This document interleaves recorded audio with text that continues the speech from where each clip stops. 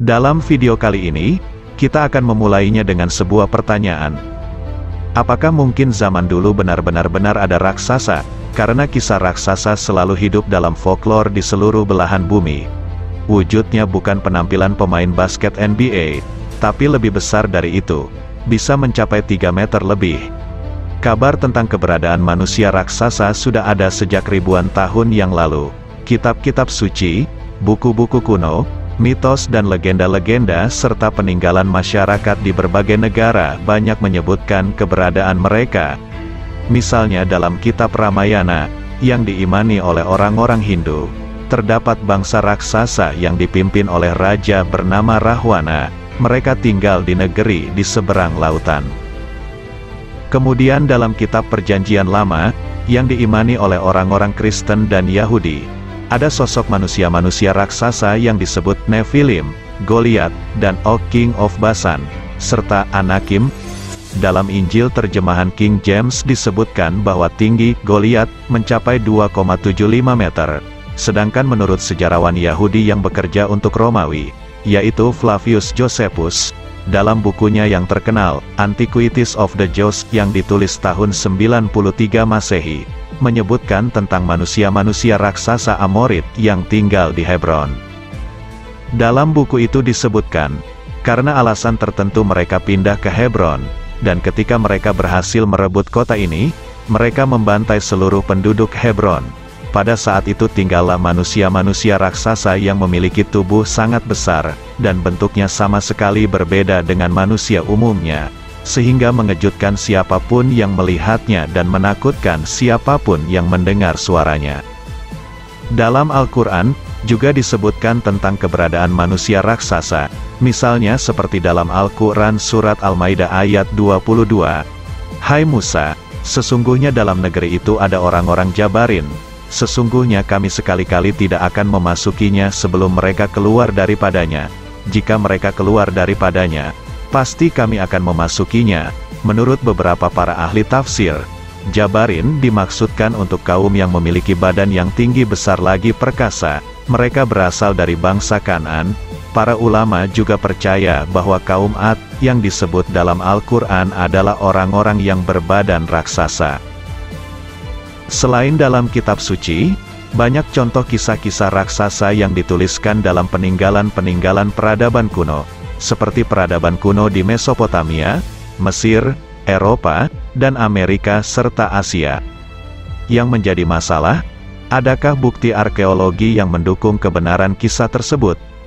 Banyak temuan arkeologis juga menunjukkan hal yang sama, namun, ada upaya sistematis untuk menghancurkan bukti-bukti keberadaan manusia raksasa itu, demi mendukung cerita yang dipromosikan sebagai satu-satunya kebenaran asal-muasal manusia di muka bumi, yaitu teori evolusi, yang baru muncul pada abad 19.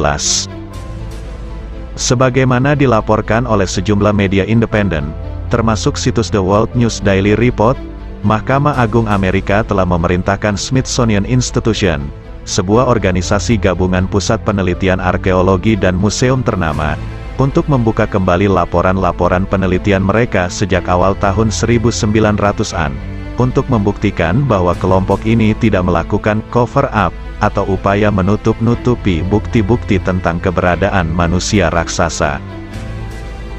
Menurut laporan tersebut, Smithsonian Institution diduga kuat telah menghancurkan ribuan tengkorak manusia raksasa yang ditemukan di seluruh Amerika dan dunia sejak awal tahun 1900-an. Hal tersebut demi mendukung teori mainstream tentang evolusi manusia. Dugaan tersebut dikemukakan oleh kelompok American Institution of Alternative Archaeology atau disingkat AIAA, yang oleh Smithsonian Institution diberikan respon dengan menuntut AIAA atas tuduhan defamation terhadap organisasi yang telah eksis selama 168 tahun itu. Selama proses persidangan, demikian laporan The World News Daily Report, Terungkap sejumlah kesaksian dari sejumlah mantan orang dalam Smithsonian Institution yang mengakui memiliki bukti-bukti kuat bahwa lembaga itu telah menghancurkan puluhan ribu tengkorak manusia raksasa yang tingginya berkisar antara 6 kaki atau 1,8 meter sampai 12 kaki atau sekitar 3,6 meter. Para arkeolog mainstream, termasuk dari Smithsonian Institution, mengatakan bahwa Amerika pertama kali dihuni oleh manusia yang datang dari Asia melalui Selat Bering, sekitar 15.000 tahun yang lalu. Meski faktanya adalah, ditemukan juga adanya kuburan-kuburan kuno berisi kerangka raksasa dengan benda-benda logam yang umurnya jauh lebih tua dan diakui oleh para Indian telah ada sebelum kedatangan nenek moyang mereka. Pada tahun 2011, para peneliti American Association for Alternative Archaeology menemukan tulang femur bagian tulang paha berukuran 1,3 meter.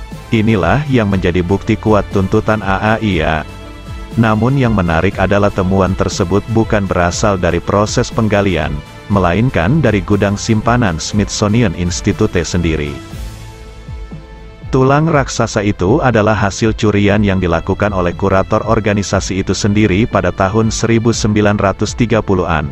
Oleh kurator itu, tulang tersebut disimpannya sepanjang hidupnya, dan kemudian membukanya melalui pengakuan tertulis menjelang kematiannya.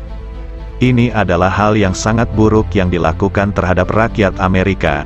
Kami telah menyembunyikan kebenaran tentang nenek moyang manusia, para pendahulu kita, dan para raksasa yang pernah berkeliaran di muka bumi seperti disebutkan dalam seluruh kitab suci dan kitab-kitab kuno di seluruh dunia. Demikian bunyi sebagian pesan tersebut. Menurut laporan itu, dokumen-dokumen tentang manusia raksasa yang disembunyikan Smithsonian Institution itu harus dibuka kepada publik. Pembukaan dokumen-dokumen ini akan membantu para arkeologis dan sejarawan untuk mengevaluasi teori-teori tentang sejarah manusia, dan membantu kita untuk lebih memahami budaya kuno di seluruh dunia.